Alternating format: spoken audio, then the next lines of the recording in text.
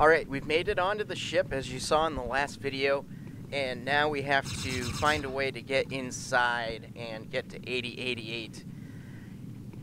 He's there for his well-deserved payment, and I think he's going to get his very well-deserved payment. But before we can assure him of that, we have to find him. And usually, as per the case in any Star Wars game, that's usually easier said than done. Alright. Got rid of the welcoming committee there. Okay, I'm not actually hitting those guys. There's actually a blast shield there, a nice little glass.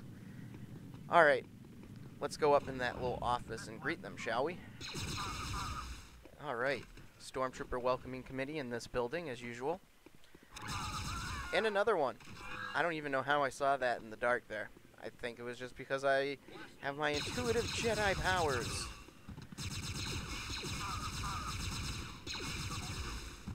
I just love shooting stormtroopers and shooting officers. There's something about that that never gets old. No matter what game you're playing, it never gets old. I've said it before, I'll say it again. I don't care what game you're playing. And here I'm just screwing with the screen size.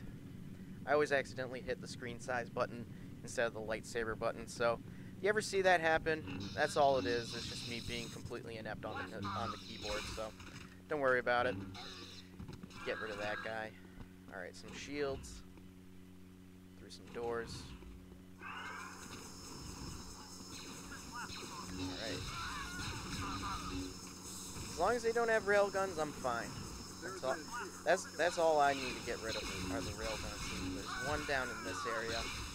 Now the way you can tell there's a stormtrooper with a railgun, aside from the sound that the gun makes, the very unique sound, is it's always the stormtrooper with the yellow pauldrons. So look for the stormtrooper with the yellow pauldrons, and that's the one that you're going to want to get rid of quickest. Now, the other thing that really pleased me about this game was that they gave Kyle Katarn a green lightsaber, and green's my favorite color, and, you know, I always dug Luke Skywalker's green lightsaber. I always liked Qui-Gon Jinn's green lightsaber. Not to say I don't like the blue lightsaber that Obi-Wan has, or Anakin, for that matter, but I always just dug that they gave you a green lightsaber. For me, the green was just such a cool color, and it's just kind of interesting how it was a... not really an intentional color they gave in Return of the Jedi. It was more a functional thing. Excuse me. It was more of a functional thing because of, you know, the scenes that they filmed in the desert. They weren't going to be able to get the blue to, you know... You wouldn't be able to tell a blue lightsaber blade from the blue sky during the whole fight on the sail barge and everything. So they gave Luke a green lightsaber instead, and that actually just looks cooler, in my opinion. It's a green blade instead of a blue. But regardless, it's still pretty cool. And I was excited when they gave Mace Windu a purple saber, because it means that, hey, there's actually some other colors out there than just blue, green, and red. One thing I would love to see, and they had it in The Force Unleashed, but I would love to see an actual, like, Star Wars movie, if they ever make any more, which they may, from what I've heard, is a black lightsaber crystal. To me, that is just the ultimate badass color. Because it's, you know, just a blade of energy that's just completely black. It looks like it would eat you alive. It's just such a cool thing.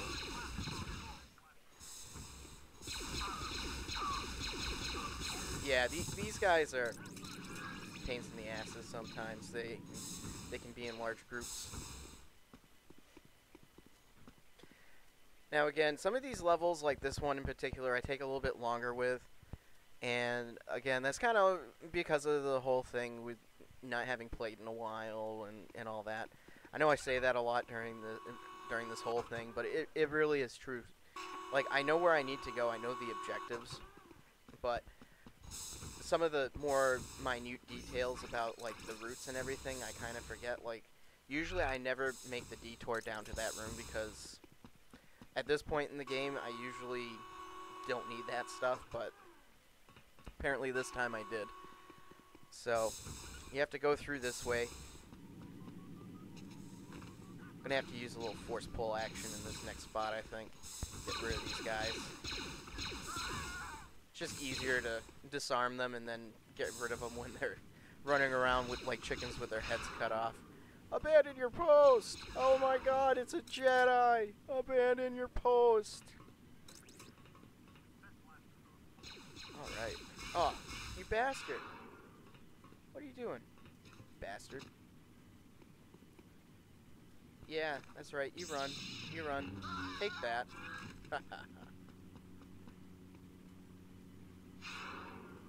I just love doing that. It's just such a fun little thing. That's one of the force powers I wish they had kept in, like, the Force Unleashed. So that way you could disarm guys. Instead of, like... You know, it's fun to, like, pick them up with the Force and toss them around and stuff like that. But it still would have been loads of fun if you actually could have ripped their weapons out of their hands and made them freak out for a minute while they're running around trying to find something to arm themselves with. And just run up to them and slash the living daylights out of them. I don't know, to me that would have been a lot more satisfying than, you know... I mean, it's still satisfying to pick them up and throw them off of cliffs. Or throw them into, like, walls or large cumbersome objects. But it would have been really fun to yank the weapons out of their hands, then pick them up, then impale them with your lightsaber, then zap them with lightning, then throw them at another stormtrooper while you're ripping the weapon out of his hands. Oh man, the combinations of ways that you can kill stormtroopers in that game is ridiculous. And that's probably a game that I am going to have to review sometime in the near future. I mean, I already did the second one, which you saw, which wasn't bad, but it wasn't great either, you know. Considering how short it was, it's definitely not a game I would have spent $60 for. If I didn't have that store credit from GameStop when I bought that, I would have been so pissed off if I had spent $60 on a game that took me like a day to play through.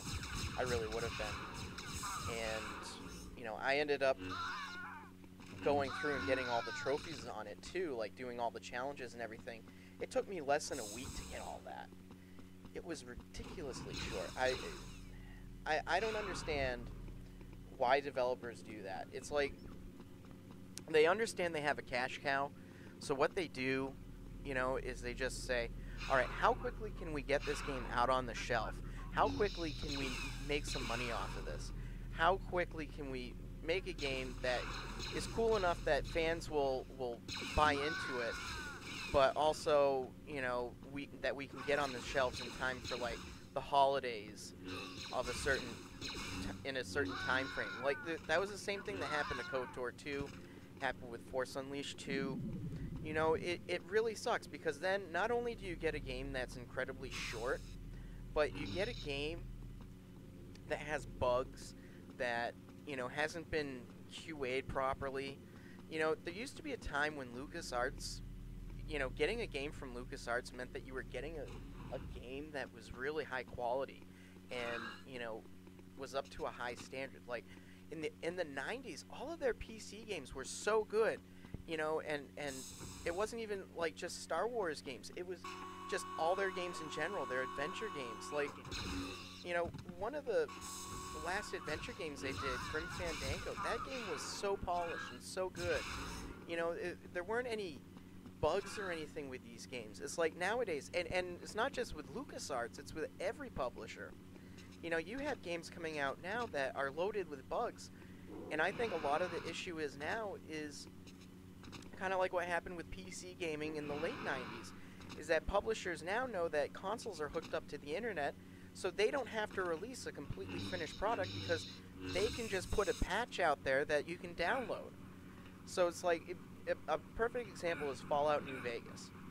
I haven't had first-hand experience with it, but I have heard numerous things and seen a lot of stuff online about all the bugs that came with that. And, you know, that's a high-profile title that was released back in October, and it's like everyone was, you know, super excited about it because Fallout 3 was great, you know, and all that. And, you know, and then they release a game that seems like it was half-finished, that it never went through QA. And, you know, the developer's excuse is like, well, when you're making a game this big, there's going to be bugs. It's like, yes, but, you know, one of the things you have to do is if you're making a game that's going to be costing people $60, you want to make sure, number one, that it's complete, and number two, that all the QA is done properly on that.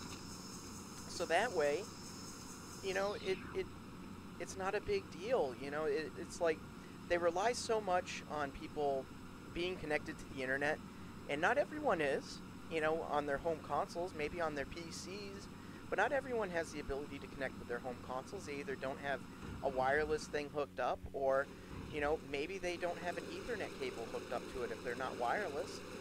You know, it's a shame that developers rely on that so much, because, you know, games should be finished when they come out, ultimately, is what I'm getting at. You know, and they've already announced the first downloadable content for Force Unleashed 2, you know, which is cool and everything, but, you know, they said it's like the same length as what was on the original Force Unleashed, so it's like an extra, what, half hour of gameplay at the most? You know, that's artificially padding it out. The game should have been at least 10 hours from the get-go. It was, you know, I beat it in 6 hours. It's just frustrating that developers do this all the time. So, we're nearing the end of the level here. There's one last secret area we have to get to. You'll see it here. It's in this little air shaft. You have to sneak in on the left there. Open that thing up. Okay, so just gonna race out of this room and meet up with 8088, and I'll see you in the next level. We're gonna be fighting Gork and Pick. That rust bucket can't be far. Where is that rusted head?